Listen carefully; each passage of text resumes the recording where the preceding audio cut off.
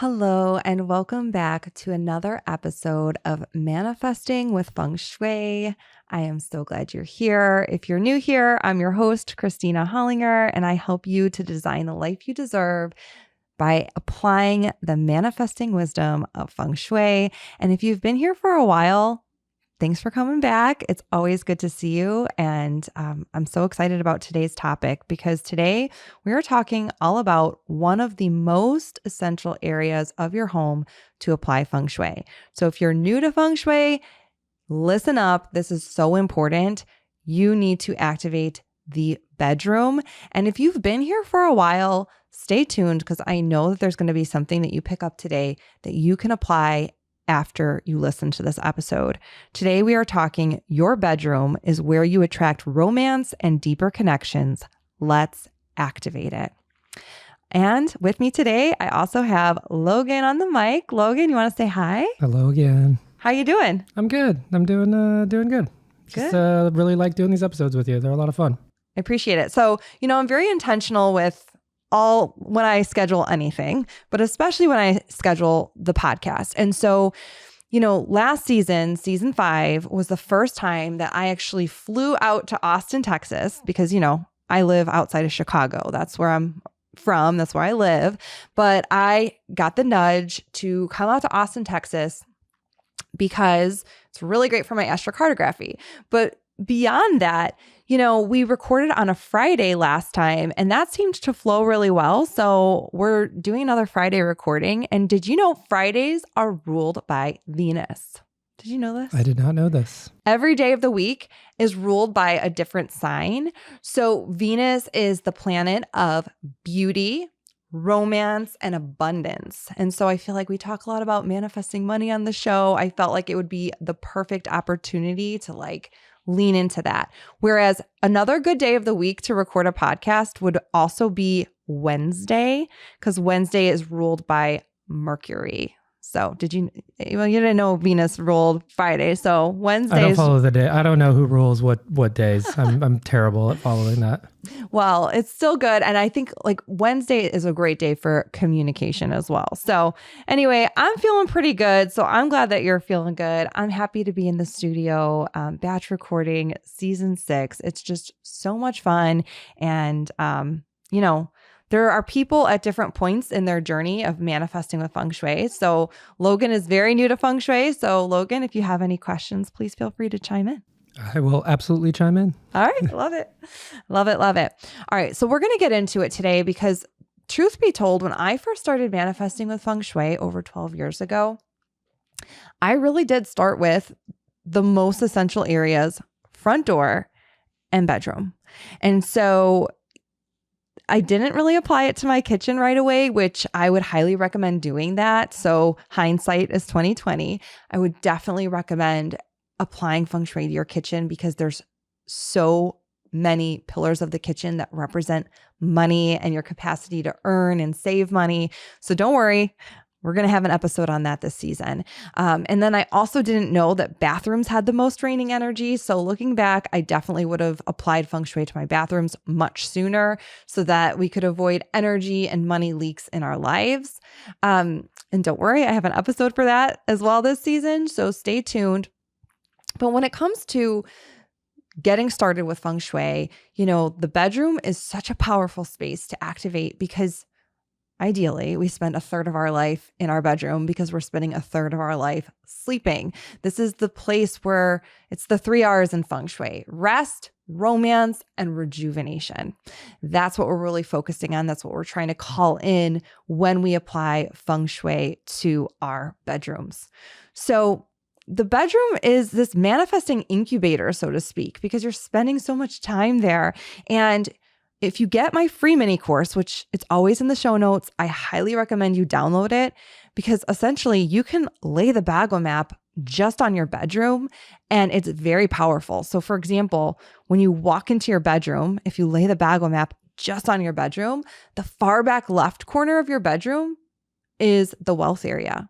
And the far back right area of your bedroom is the relationship area. And so you can activate those spaces in your bedroom, and it can be very potent, very, very powerful for you. And I just want to share a quick story before I get into teaching you how to activate your bedroom with feng shui. So basically, I had a very unique situation where a client who lived in London, still lives in London, a client who lives in London was renovating her home, and her husband had to move into her parents' flat. And the only way that she could really activate abundance and apply feng shui was by focusing on her bedroom, because that was the only space in her home that she could control because she was living in her parents' home. So she hired me for a consultation, and I directed her and gave her this module that's in the Feng Shui Essentials experience. And it's all about bedroom feng shui. And she applied every single tip and suggestion to activate her bedroom that I share in the Feng Shui Essentials experience. And she was blown away by the results. And I was blown away too, because like I said, she couldn't feng shui the front door. She couldn't feng shui the kitchen. All she could do was apply feng shui to the bedroom. And what ended up happening it's like literally like a list of things that she just messaged me, that over time, one of their investment properties sold, and it had been sitting on the market for a year. So she had set her intention, applied feng shui to her bedroom, and sold a property. She received a 10,000 pound reimbursement that is equivalent to like a tax return here in the States, received 10,000 pounds, which was unexpected windfall of abundance. And again, this was only through applying the feng shui adjustments to her bedroom, because her current home was being renovated, and her husband could only really control the bedroom in which they were staying in at her parents' house during this time. So I share Lorinda's story with you just to share that you don't have to apply feng shui to every single area of your home to experience results.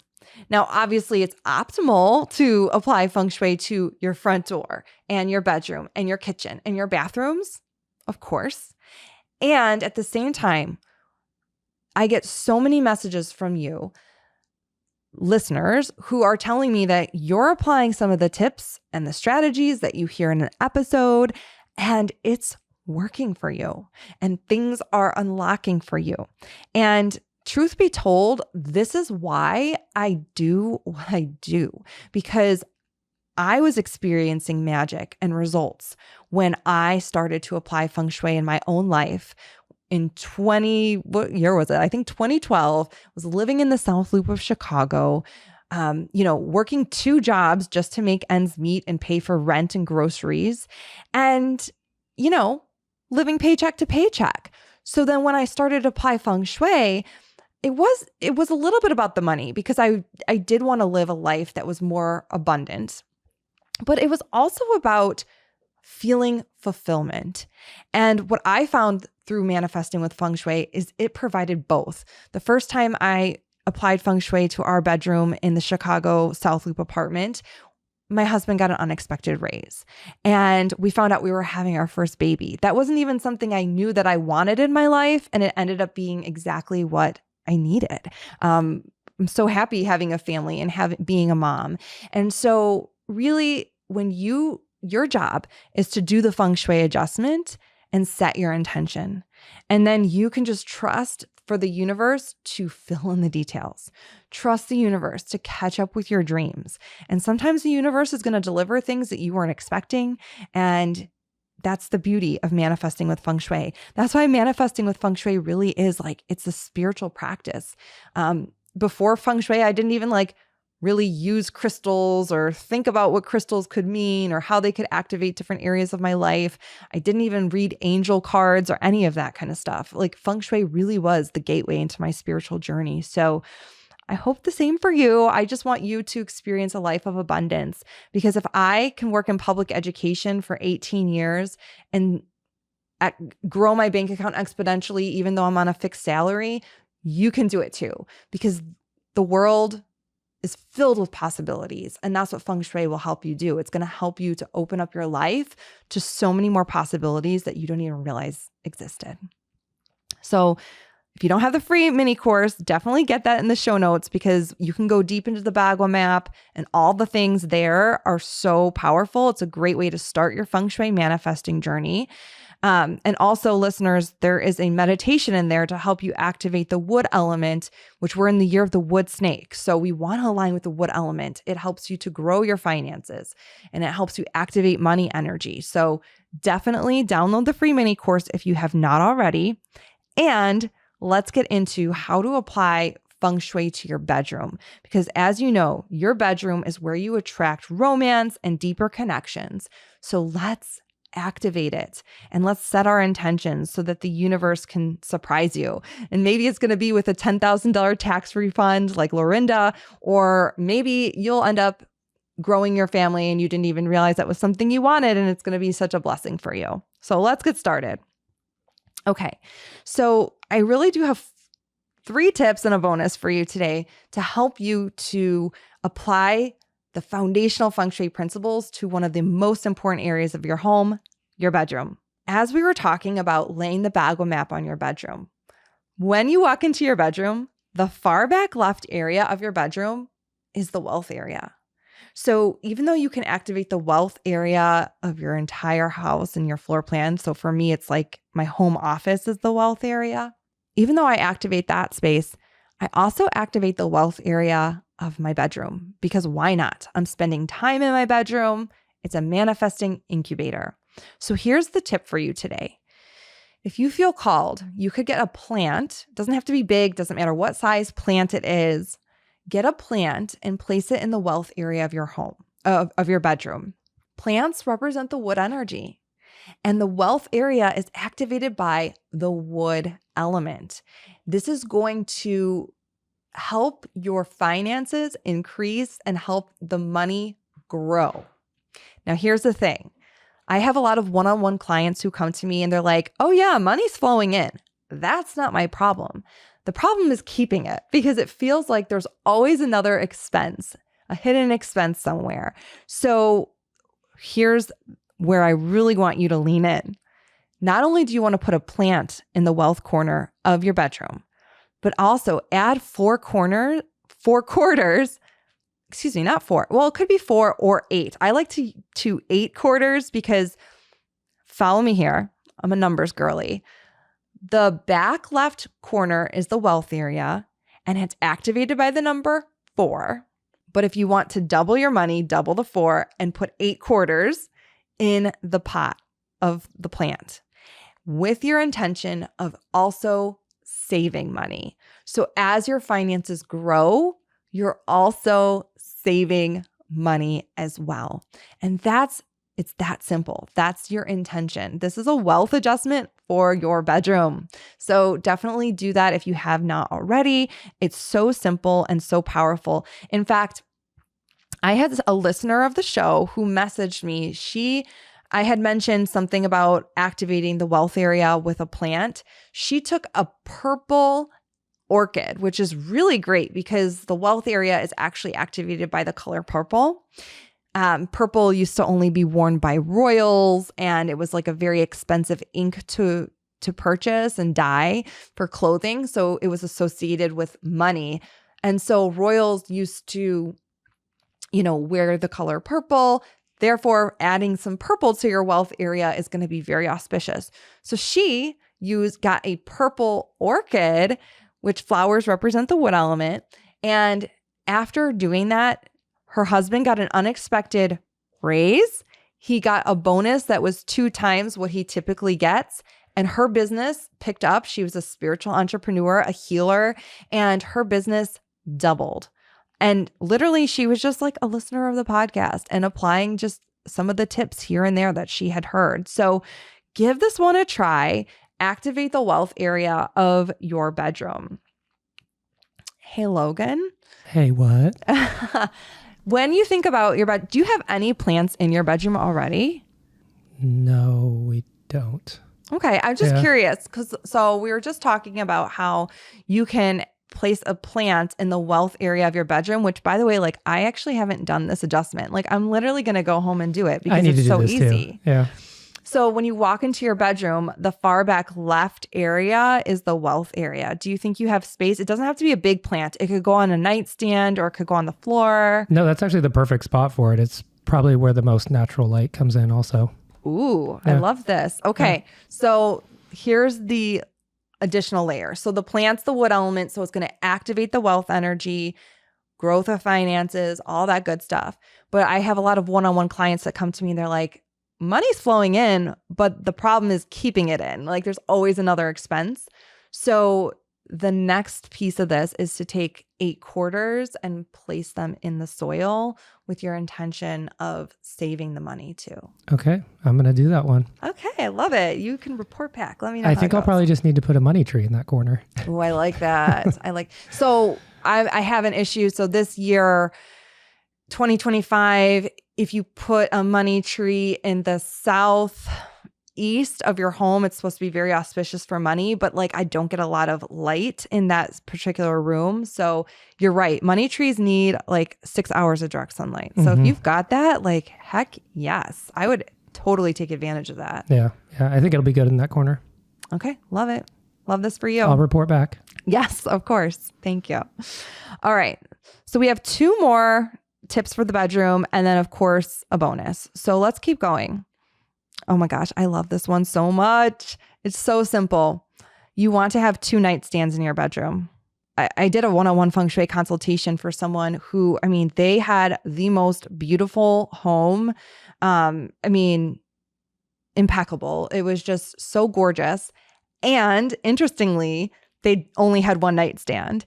And it's just so interesting to me because I don't know why they only had 1 nightstand, but when I asked my client how it was going and who gets the nightstand, she actually told me that it like has actually been a discussion in their relationship. She's like, that's so funny you're asking because I want the nightstand for my stuff and he wants the nightstand so he can place his things on it.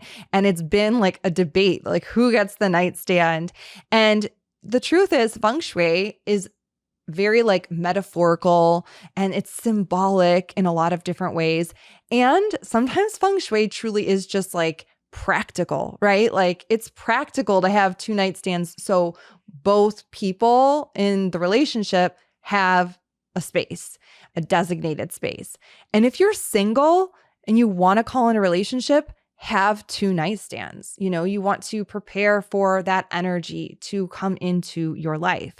And honestly, like when I first started feng shui, that's what prompted me to buy a whole new bed set because I didn't have a solid headboard. That's huge in feng shui.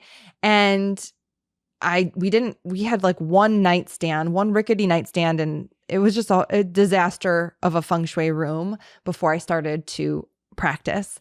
And what I will say is at that point in my life, when I was first starting feng shui, we were living like practically paycheck to paycheck. So I literally wanted to just buy 1 nightstand to save money. And every single feng shui article was like, no, you have to have 2 nightstands. So I made the investment. I'm just so glad I did because you want 2 nightstands for equality in the relationship. It helps you to see eye to eye with your partner. They don't have to be matchy nightstands, but similar size is important. And then having like a lamp on each nightstand is also important. I love to do this symbolically each night, like turn both of the lamps on both sides so that with the intention of Andy and I seeing eye to eye, and you can do the same, with the intention of you and your partner seeing eye to eye in the relationship. And then, okay, this is so cheesy, but there is a feng shui joke about the nightstand that if you just have 1 nightstand, that's what you'll attract is 1 nightstands, right? So just something to think about, especially for those of you who are like calling in that partner and calling in maybe even just healing in your relationship. This is a big one. Third and final tip, and then I have some time for a bonus here. Pairs of objects are huge when it comes to the bedroom. So one thing that's really cool, and Logan and I were talking in a previous episode, and your bedroom is in the relationship area already, right, Logan? So the far back right area of your home is the primary bedroom. Yes, correct. Yeah. And I have a similar situation. So, which is really auspicious, and for many reasons, because the wealth area and the relationship area of your home, those are considered command positions. And you and I are both parents, right? So when you are in the command position and your bedroom is either in the wealth or the relationship area, that's a good thing, because otherwise, if the kids are in the command position and you're not, they'll like rule the house. Okay, so can you remind me again where the command position is and the wealth area is? Yeah. So the command position can be like used so interchangeably and in so many different ways. So in this scenario, I'm just kind of looking at like your overall floor plan. And so in general, like when you walk into your home, the far back left area of your home, the relation is the wealth area. Sorry. Okay, I remember that now from season 5. Now I remember that. Yeah. Okay. So the far back left area of your home is the wealth area. And then the far back right area of your home, the furthest back to the right, that's your relationship area. And I just mentioned that like those two spaces, since they're towards the back of the house, they're more energetically sound. And so we consider that the command position. Gotcha. You're good there? Yes. You got it. So like it's cool if like you have kids' bedrooms in the wealth area. That's totally fine, because you also are in a command position being in the relationship area. Gotcha. Does that make sense? Yes. But what I was saying is like, as parents, like if both your kids were in the command position and one bedroom was in the relationship and one was in the wealth, and you know, you and your wife were outside of that, then they would really be like running the household and really be running the show. Even though I'm sure it already feels run like the show, it. So it's, you know. Could you imagine if you weren't even in the command position? So yeah, that being said, my next tip is really to add pairs of objects. And really this is good for you, especially because like your bedroom is in the relationship area, and the relationship area is activated by pairs of objects in even numbers.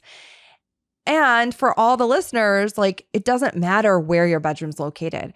Having pairs of objects in the bedroom, if you want to be paired up with and partnered with somebody, is really auspicious. So that's all I wanted to share. So is it good that we have 2 identical nightstands, 2 identical lamps, and 2 identical mirrors, and 2 identical chairs? Amazing. It is so good. Yes. Because you're really like creating equity in the relationship, helping to see each other eye to eye.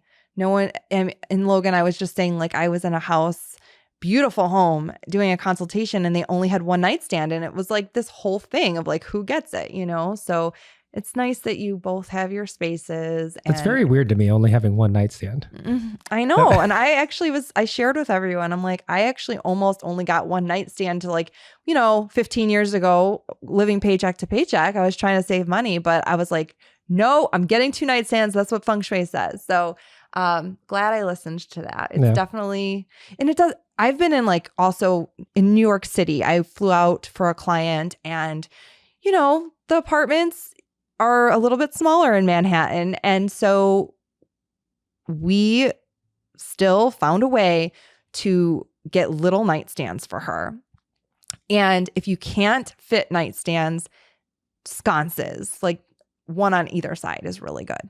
So just to elaborate on pairs of objects, I just want to share just a couple of ideas. So for a really long time, again, even though I practice Feng Shui, I sometimes from time to time forget to just apply some of the basic things that I know that I'm supposed to be doing. So it could come down to even like the pillows on the bed. So having like an even number of pillows is actually auspicious, so that you and your partner are cohesive and seeing eye to eye, and we're not adding any, third parties or anything like that.